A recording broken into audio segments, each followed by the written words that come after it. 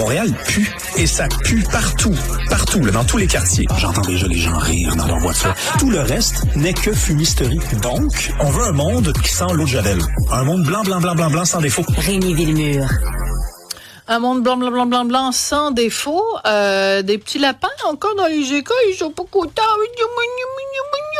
Écoute, c'est pas dans les écoles, c'est les universités, c'est les collèges. C'est quoi ton sujet? Les colleges américains. College.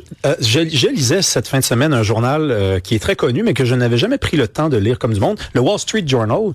Un reportage. Dans Ville? Oui, je sais. J'arrive. Je t'écoute. Oui, donc, reportage dans le Wall Street Journal sur le fait, une tendance à la hausse chez les jeunes étudiants qui demandent, lorsqu'ils entrent en conflit avec leurs camarades, leurs copains, copines, à la cour, des ordonnances de non-contact. Donc, j'explique aux gens, parce que là, il y a des gens qui se disent, je pense avoir compris, mais c'est sûr que c'est pas ça que ça veut dire. Il y a des bonnes chances que ça soit exactement ça. Tu sais, quand tu sors avec quelqu'un qui se met à te battre, puis que tu vas porter plainte, qu'il l'arrête, puis que là, on est en attente du procès, tu peux obtenir une ordonnance de la cour qui fait en sorte que cette personne-là... un 610 ou un 310? Cette personne-là n'aura pas le droit de s'approcher de toi, ni même d'entrer en contact avec toi. Eh bien, dans les colleges américains, ils ont ça. Il y a des jeunes, et c'est une tendance à la hausse. Il y a des cabinets d'avocats qui se spécialisent là-dedans, proches des campus.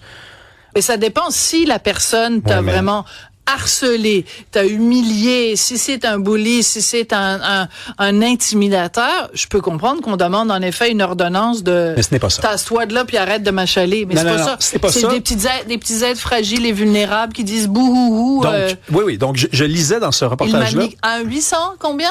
Un 810? Merci. On applaudit Jean-Philippe Leroux qui connaît la loi mieux que moi. Non, mais en fait, c'est parce que oui, effectivement, c'est un recours qui est totalement légitime si vous êtes victime de ça, mais c'est pas ce qui est rapporté dans le reportage.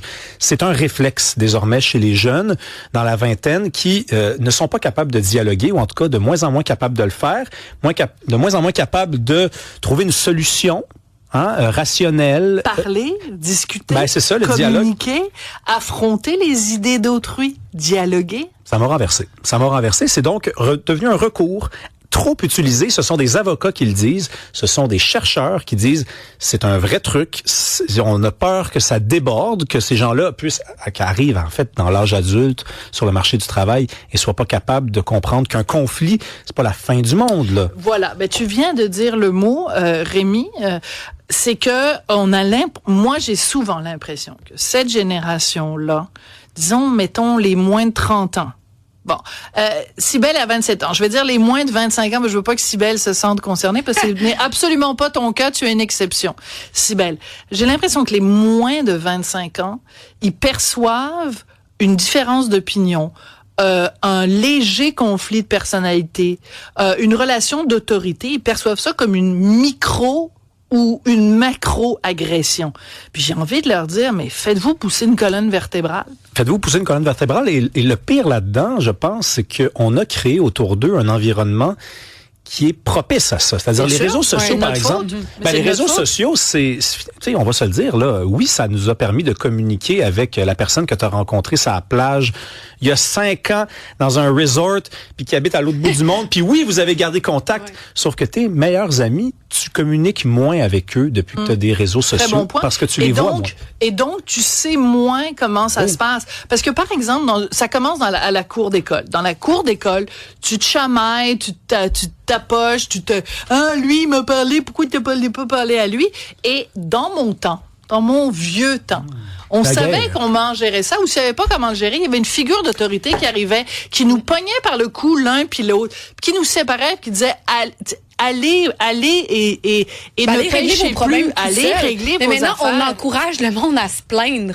Tu sais, les jeunes ou tout, c'est vraiment, on va prendre vraiment l'entièreté de ce qu'ils ont à nous dire, puis qu'est-ce qui s'est passé, puis raconte-moi, puis tu sais, au lieu de peut-être les encourager à régler leurs conflits eux-mêmes, puis à dire là, c'est votre affaire, c'est bébé, allez vous parler, réglez vos trucs, puis peut-être que ça, c'est le symptôme des gens qui vieillissent, puis c'est encore mais c'est ça, puis c'est le bitchage à son paroxysme. Là. Si j'étais venu vous dire aujourd'hui que les jeunes font de plus en plus appel à des médiateurs, par exemple, ça serait pas la même nouvelle, parce que ça voudrait quand même dire qu'ils ont besoin, ça serait déjà un problème et un désastre, on s'entend bien, mais ça voudrait dire qu'ils sont prêts à dialoguer, mais il faut qu'il y ait quelqu'un au milieu. Là, c'est pas ça. on demande qu'il n'y ait plus de contact. On demande qu'il n'y ait plus la possibilité de résoudre le conflit, parce que le conflit n'existe pas, on nie le conflit. Oui, dans un premier temps, il y a ça, tu as tout à fait raison, puis dans un deuxième temps, c'est aussi un phénomène très américain, mais qu'on voit de plus en plus ici au Canada, au Québec.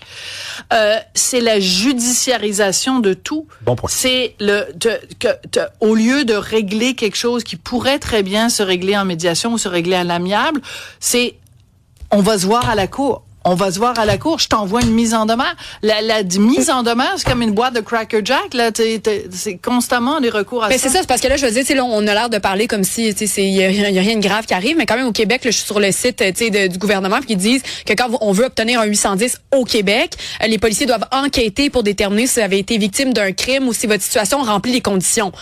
Toi, ce dont tu parles, est-ce que ça donnait l'impression dans l'article que c'était des crimes graves qui ont été commis ou si c'était utilisé à outrance pour rien? Non, c'est ça. Ben non, c'était pour des enjeux d'école, des chicanes, du harcèlement en ligne. Mais tu sais, le harcèlement en ligne aussi, tu sais, oui, il faut le dénoncer, mais des fois, ça veut juste dire, elle m'a envoyé 8 messages de suite, puis je veux plus y parler, puis je l'ai bloqué. Non, ça avait l'air d'être un caprice. Ou alors, il m'a ghosté, alors je me considère agressé. Est-ce que c'est vraiment étonnant, venant d'une génération qui communique avec des emojis?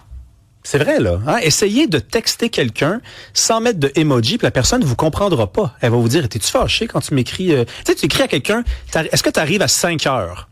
Tu écris ça à ta blonde. Est-ce que tu arrives à 5 heures sans emoji? Ouais. OK? Peut-être que la personne va dire, est-ce que j'ai fait quelque chose? Est-ce que je... Mais ça va partir un autre débat parce que il y a une question générationnelle des emojis. On ne sait plus communiquer. Excuse-moi, mais c'est un truc de boomer, les emojis, là. J'adore mettre des aubergines. Oui, mais ça, c'est un truc de vieux. Je suis désolée, mais les jeunes, ils mettent tout ça, les emojis. Moi, ma soeur, elle se fout de ma gueule quand je lui mets des emojis. Mais j'en mets. Excusez tout de suite. J'en mets encore de me Mais non, mais je suis dans votre gang, vous me l'avez dit. Mais je vous jure que les emojis, c'est pas un truc de jeune. T'as manqué la nouvelle dans ce que je viens de dire. Je disais, je mets des aubergines partout. T'es censé rire. C'est une blague de pénis.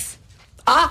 Enfin, on se comprend. On peut dire ça maintenant, pénis? Mais pourquoi pas? Pénis. Je suis désolée. Je sais pas. Je voulais pas vous offenser. On a le droit d'en parler. Tout à fait. Bon. Mais parlons-en. Parlons-en de ton aubergine. Rémi Villemur, c'est toujours intéressant parce que tu arrives toujours à trouver des textes qui sont passés sous le radar. C'est ta grande force. Une de tes grandes forces. Tu en as plusieurs. Ton autre grande force, c'est que toi, tu te conduis comme un adulte, comme un grand. Puis j'imagine quand tu as un conflit à régler, tu demandes pas à la cour. Il met des emojis. Excellent. Merci Rémi Villemur. Merci Cybèle Olivier. Merci. Merci Hugo Veilleux à la recherche. Merci Jean-Philippe Leroux à la mise en onde. Et je termine, et non le moindre, avec Fred Bastien à la mise en ligne. Merci les amis. À demain. Une autre vision de l'actualité.